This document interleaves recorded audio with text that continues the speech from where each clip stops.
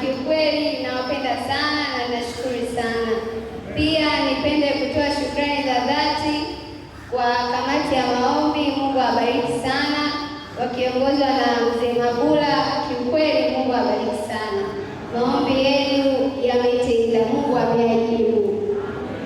Na pia shukrani za pekee nipende kuzipeleka kwa familia yangu. Mungu awabariki sana, mmekuwa pamoja nami. Shukrani zingine na zipeleka kwa Mzee Seni. Mungu ambariki sana mzee, Mungu ambariki sana. Na pia shukrani zingine nipeleke kwa Chacha Jacob. Mungu akubariki sana. Onesimo Kingwena, Mungu akubariki sana. Na pamoja na mwalimu wangu mpendwa, Mungu akubariki sana. Umenifundisha, umeniongoza mpaka nimesimama hapa mbele.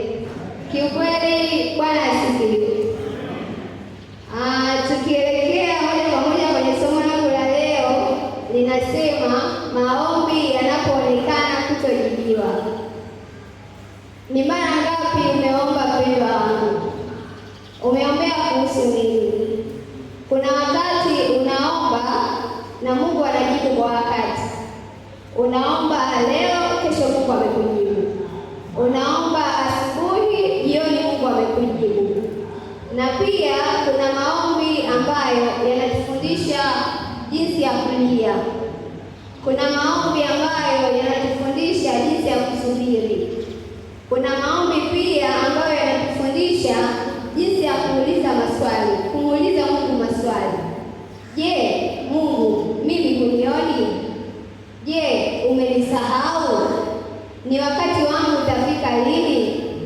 Kwani hunisikii? Na maswali mengine ambayo mpendwa wangu unajiuliza. Na pia umeombea kuhusu nini? Umeombea kuhusu kazi, umeombea kuhusu masomo, umeombea kuhusu watoto. Je, ni familia, ndoa? Tuliye juu mbinguni, tunaomba ukae pamoja nasi, ukaweze kutuwezesha somo hili la leo, tukaweze kulielewa, tujaze Roho yako Mtakatifu.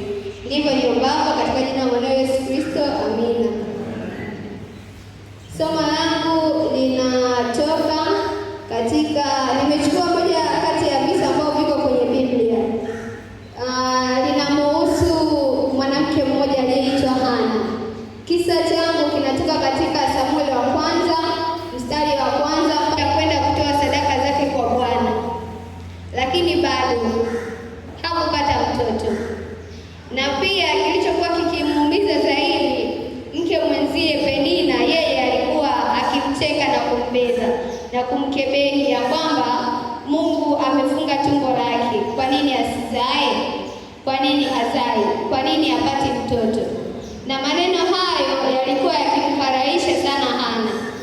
Je, wewe mpendwa wangu leo ni maombi ya mtoto tu, bali ni alipokuwa akielekea hekaluni kwa ajili ya kupeleka sadaka zake, alikuwa akienda anakuta yale maombi ambayo yeye anayaomba Mungu anajibu watu wengine, lakini yeye Mungu hamjibu. Kitu hiki kilikuwa kinamtia sana huzuni Hana, ambapo alikuwa anasikia uchungu zaidi na kulia. Na wewe pia mpendwa wangu, kitu gani ambacho umeomba Mungu anakuomba Mungu? Nina neno la faraja juu yako mpendwa siku ya Jumamosi ya leo. Nataka nikwambie, Mungu anapokuwa kimya haimaanishi kuwa hasikii wala haoni na hataki kunijibu. Nilipitia changamoto ya ugonjwa. Niliumwa. Kwa mara ya kwanza niliumwa, nikaomba, nikahisi Mungu amenijibu. Changamoto ile ikajirudia kwa mara ya pili, nikasononeka, nikasema Mungu, yaani umenijibu kwa muda mfupi tu, kwa sasa tu, alafu nimerudi tena kule kule. Nikaomba tena, ikarudi tena kwa mara ya tatu. Nikasema sasa kama inafika kipindi mama na alidumu kutumikia Mungu, haijalishi sadaka zake hazikupokelewa, lakini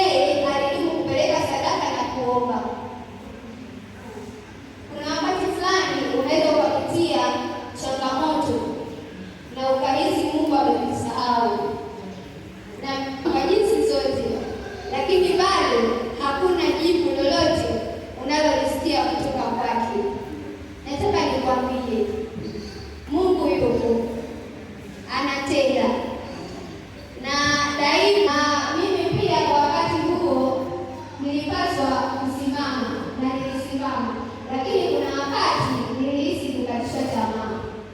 Kuna kipindi fulani wakati niko hospitali nikiwa naendelea kutumia dawa, nilipata homa kali, nilipata kuoza upande mmoja, kwa nilikuwa mtu wa kitandani, sikuweza kunyanyuka, sikuweza kufanya chochote, lakini pia nilipata upofu, sikuona kabisa, yaani niliona giza kabisa, lakini pia sikuongea kwa takriban siku tatu. Na wakati naomba, kila ninapoomba, yaani maombi yangu